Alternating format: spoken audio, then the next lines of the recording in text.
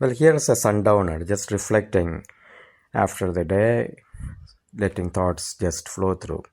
And I sort of look back and think, okay, well, there are possibly four types of people in the world.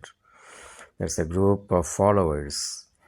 The followers are a large number, a large proportion of people, and they are people who are happy to follow whatever instructions, they're happy to follow leadership, and they form the strength of any initiative, any movement, any process, because they follow whatever is told to them. And one key aspect of this group is loyalty.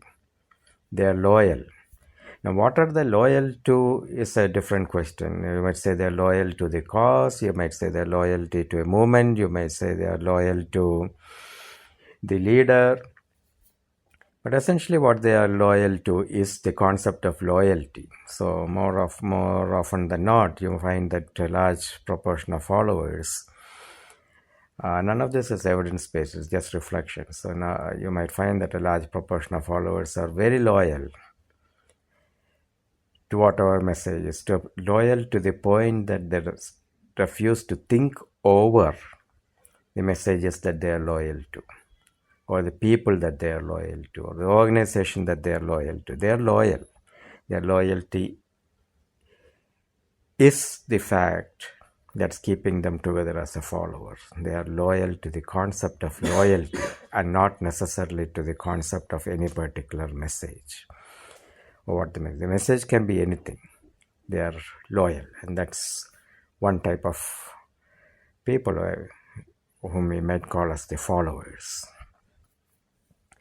And the type of people are the leaders who find their strength and their charm and their drive and their passion in driving change, in leading and then getting people to walk through that change and work for that change and bring about that change. So there's a lot of drive, initiative, you might call it as initiative, drive, passion, a whole set of aspects that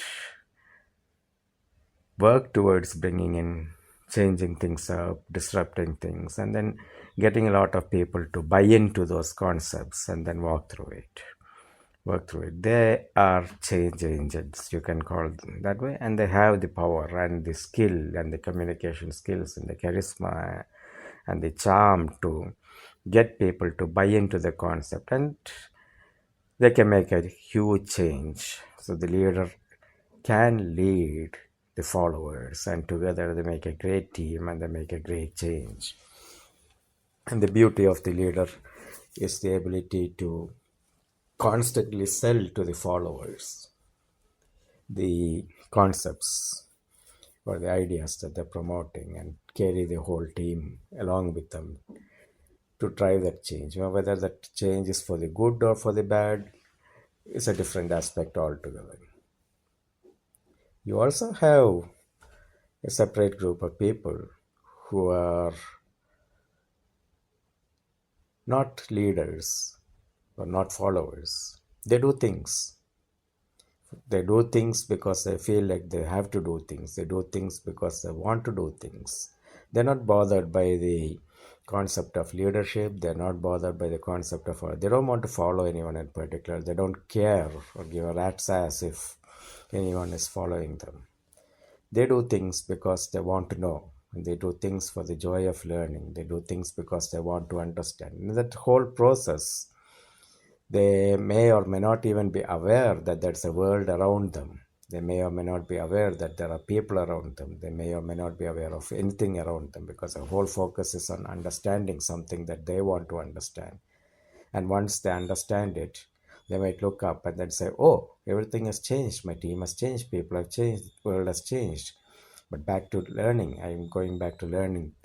I'm going back to evaluating. So they're caught up in the concept, or they're caught up in the whole world of trying to understand things. They're caught up in the world of not just understanding it, applying it, trying to see what's changing, relearning, reapplying, and they're caught up in that whole world sometimes to the point that they don't know that there are things around them that exist.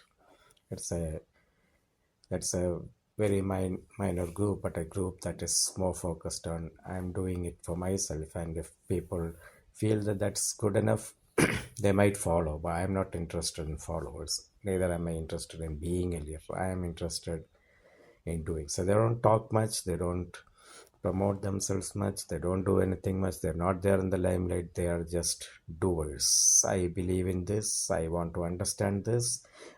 I want to do this better. I want to, let me just do it. And they do things for the sake of doing it and for understanding.